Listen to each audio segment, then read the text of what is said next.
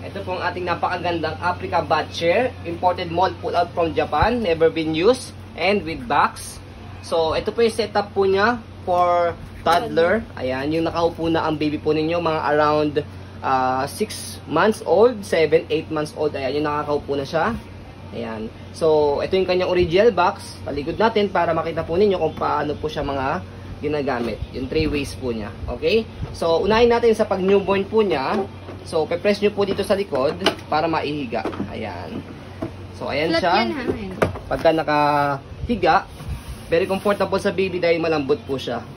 Ayan. Saka hindi kayo masyado mahihirapan na linisin po ito dahil magpo-flow lang naman po dyan yung water.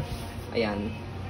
Okay. Saka maganda sa kanya, may ganito siya, may foam. Yes. Ibig sabihin, hindi malamig sa katawan ni baby. Kasi ito, plastic, malamig yan. Kaya kailangan may foam. Ayan. Ang ganda dito siya. So, yung details ng foam niya, ayan, yung pad niya, ayan, ang ganda, Bago-bago. malinis, bagong-bago. Ayan, sasabit nyo lang siya dito. Ayan. Okay, next natin, pangalawa, for toddler, ayan.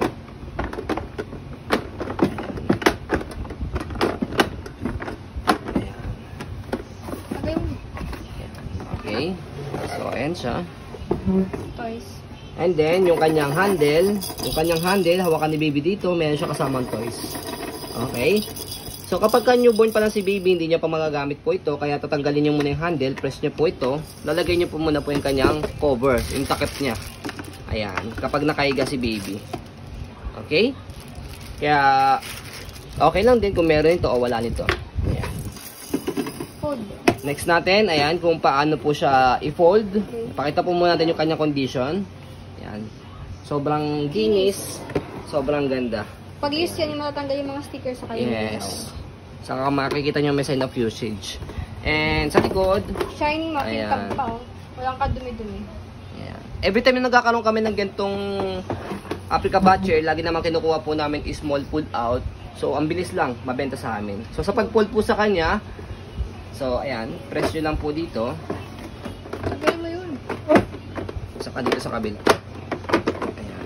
Tanggalin muna natin yung kanyang pad. Ayan. Kaya, ang ganda-ganda nito packet to eh. Travel friendly. Yes. So, compact yung kanyang pagkaka-fold, kaya travel friendly. Ayan. Pupunta kayo Pwede ng- yung, kung newborn yung baby po ninyo, pwede nyo dalhin yung, eto, saka hindi na muna to, para at least isang bitbitan lang kayo, kung ayaw nyo dalhin yung box. Ayan. Tapos, eto, lagay nyo lang to dito. Ayan. Ay, dito sa loob. Pwede dito sa loob. Ayan. Masira. Hindi naman siya madideform dahil hindi naman siya totally naka-fold na fold dito. Ayan. Tapos, mayroon siyang bitbitan dito. Travel friendly. Kita-kita nyo yung let niya. Hanggang lang siguro mga less than 2 kg po ito. Saan po, uwi ka ng probinsya? Opo. 1 week.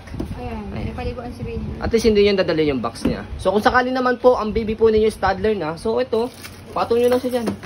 Salpak nyo lang ganyan. So hindi naman siya matatanggal dahil nakalock po yan. So ayan, ganyan lang po siya kadali. Kaya napakaganda nitong paliguan na to. Heavy duty pa.